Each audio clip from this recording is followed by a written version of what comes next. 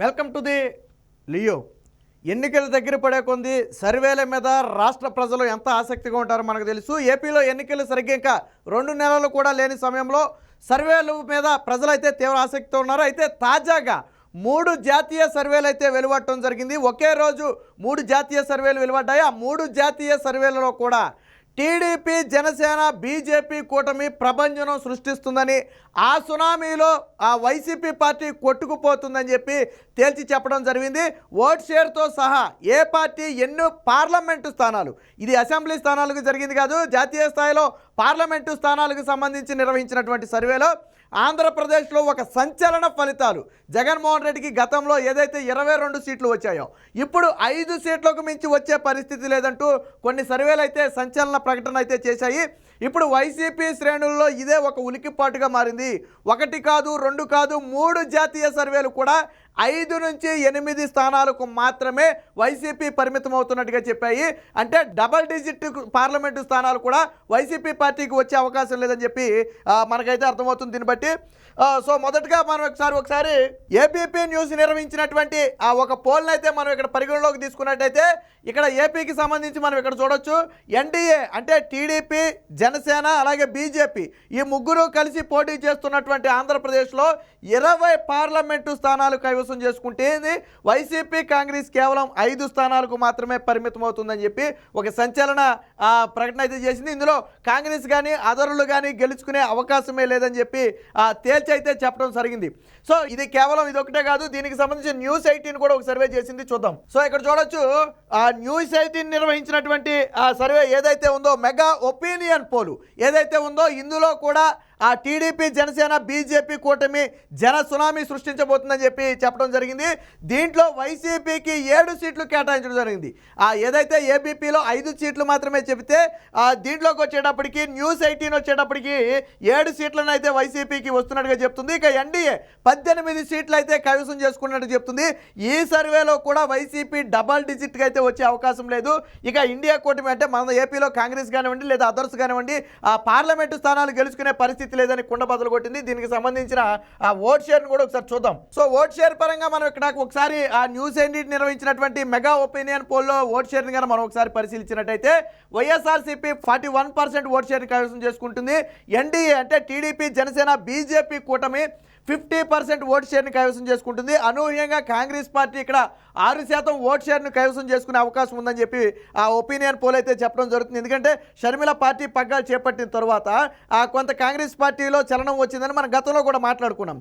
So 3% vote share అవకాశం ఉందని మనం అనుకున్నాం. బట్ జాతీయ ఛానల్స్ మాత్రం 6% వరకు ప్రభావం చూపే అవకాశం ఉందని చెప్తున్నాయి. ఎందుకంటే పక్కన ఆల్రెడీ తెలంగాణలో కాంగ్రెస్ పార్టీ, ఇటు కర్ణాటకలో కూడా కాంగ్రెస్ పార్టీ ఉన్న నేపథ్యంలో మధ్యలో ఉన్నటువంటి ఆంధ్రప్రదేశ్ మీద ఖచ్చితంగా దాని ప్రభావం ఉంటుందని చెప్పి వీళ్ళైతే అంచనా వేశారు. ఇక గెలుపు విషయానికి వస్తే మాత్రం ఏదైతే టీడీపీ, జనసేన, బీజేపీ కూటమి ఉందో 50% ఓట్ షేర్తో సునామీ సృష్టించబోతుంది. కేవలం వైసీపీ 41% ఓట్ షేర్తో 7 సీట్లకే పరిమితం అవుతుంది. వాస్తవానికి 2019లో వైసీపీ పార్టీ 50% ఓట్ షేర్ని అయితే కైవసం చేసుకోవడం జరిగింది ఇండివిజువల్గానే. బట్ దాదాపు 9 నుంచి 10% ఓట్ షేర్ని అయితే కోల్పోతుంది. ఇది ఇప్పటికిప్పుడు ఎన్నికలు జరిగితే మనం మాట్లాడుకునే పరిస్థితి.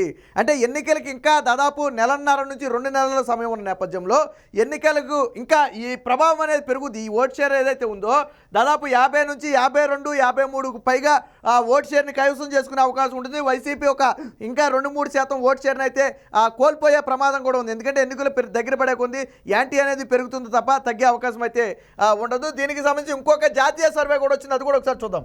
సో ఇక్కడ చూడొచ్చు, India Today sea water survey. India Today sea water సర్వేలో కూడా పెను సంచలనాలు చోటు చేసుకోబోతున్నట్టుగా చెప్తుంది.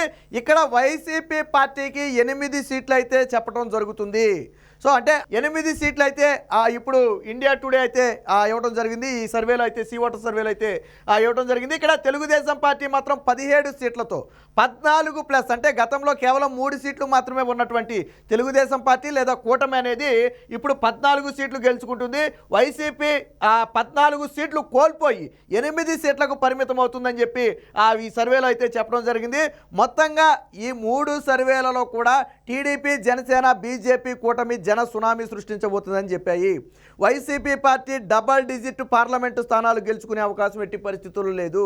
దీన్ని బట్టి ఒక అంచనాకు వచ్చినప్పటికీ కూడా అసెంబ్లీ స్థానాల్లో 150+ తెలుగుదేశం పార్టీ, జనసేన, బీజేపీ కూటమి గెలుచుకునే అవకాశం ఉందని చెప్పి తెలుస్తుంది. ఎందుకంటే ఓటు శాతం అనేది 50% కంటే ఎక్కువ ఓటు శాతాన్ని ఈ 3 పార్టీలు కలిసి కైవసం చేసుకుంటున్నాయి. సో జగన్మోహన్ రెడ్డి కేవలం 40% మాత్రమే ప్రస్తుతానికి పరిమితమయ్యాడు.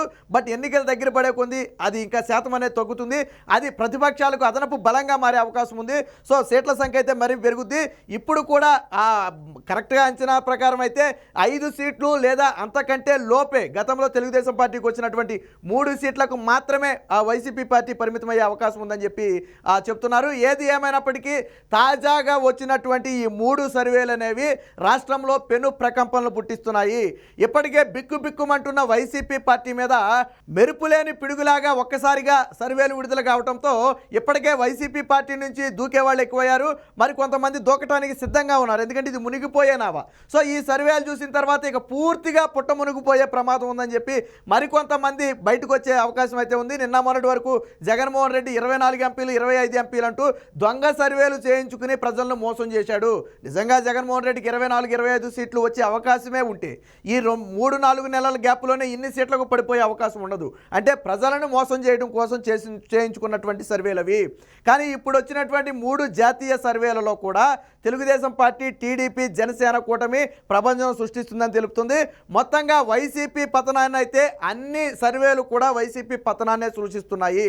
సీట్ల విషయంలో ఒక సీటు అటు ఇటు కావచ్చు తప్ప పతనం అనేది ఖాయం. టీడీపీ, జనసేన, బీజేపీ కూటమి విజయం ఖాయం అని చెప్పి చెప్తున్నారు.